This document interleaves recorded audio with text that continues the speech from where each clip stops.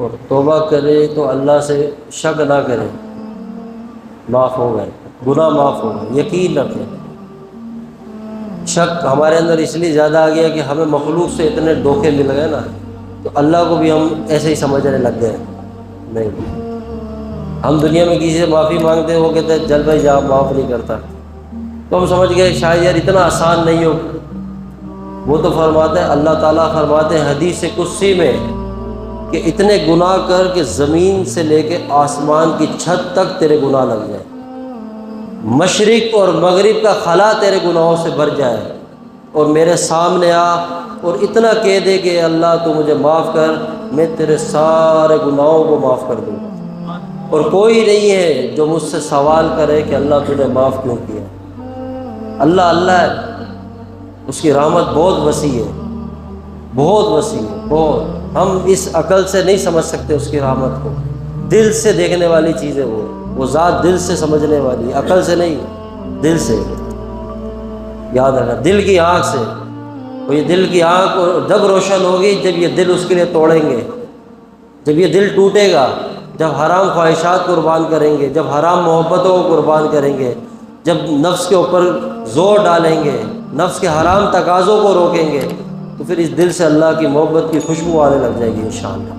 پھر حضرت عزیز الحسن مظلوم رحمۃ اللہ فرماتے نا، ہر تمنا دل سے رخصت ہو گئی، اب تو آجا، اب تو خلوت ہو گئی۔ یہ تب ممکن ہے کہ جب ساری تمنا رخصت ہو جائے دل سے، ہر غیر مٹ جائے۔ اللہ اس دل میں نہیں آتا ہے جس دل میں ذرے کے برابر بھی اللہ کا غیر داخل ہو، اس دل میں نہیں آتا، نہیں آتا ہے۔ اس دل کو توڑنا پڑتا ہے، توڑنا پڑتا ہے، اس کے ٹکڑے کرنے پڑتے ہیں۔ حضرت پیران پیر شیخ عبد القادر جیلانی رحمۃ اللہ فرماتے ہیں کہ دنیا میں بڑے سے بڑا بادشاہ ہو، جب وہ کسی جگہ جاتا ہے یا کسی شہر میں آتا ہے، کسی ملک میں آتا ہے، کسی جگہ اپنی انٹری کرتا ہے، تو اس کی جو رعایا، اس کے ماتحت اس جگہ کو جہاں اس نے آنا ہوتا ہے اس کی شان کے مطابق بناتے ہیں، وہاں سے ہر طرح کی گند کو صاف کرتے ہیں، ہر طرح کی اس کے مزاج کے خلاف کوئی چیز نہیں ہوتی۔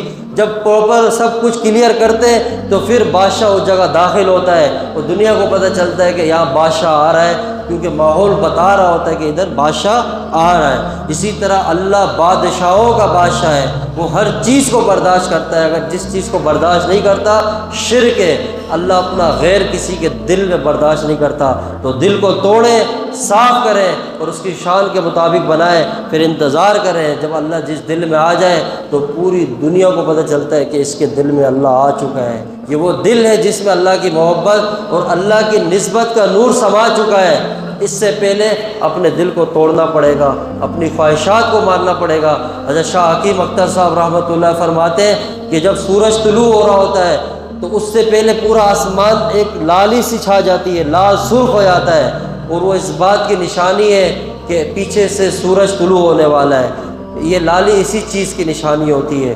تو جو دل خون ہو جائے، آرزوؤں کا ٹکڑے ہو جائے، خواہشات مٹ جائے، خواہشات مر جاتی ہیں، جب اپنے دل کو توڑ دیتے ہیں نفس پہ قابو پا کے، تو اس دل کے جب ٹکڑے ہو جاتے ہیں تو اللہ کیا فرماتے ہیں کہ میں اس دل میں آتا ہوں جو دل ٹوٹ چکا ہو، جو ٹوٹ چکا ہو میں ٹوٹے دلوں میں سماتا ہوں۔ تو ہم اپنے دل کو توڑیں۔ جہاں تک عبادت کا دل کر رہا ہے نا، ذکر کر رہا ہے، دل کر رہا ہے، یہ عبادت نہیں ہے۔ جہاں تک تلاوت کا دل کر رہا ہے، دل چاہ رہا تھا آدھا گھنٹے تلاوت کی، یہ تلاوت نہیں ہے۔ ہر عمل کا اثر وہاں سے شروع ہوتا ہے جہاں سے دل پہ اور نفس پہ زور پڑتا ہے۔ جب وہاں سے آگے آپ عمل کریں گے تو اس کا اثر بھی آئے گا اور اس سے یقین بھی بنے گا۔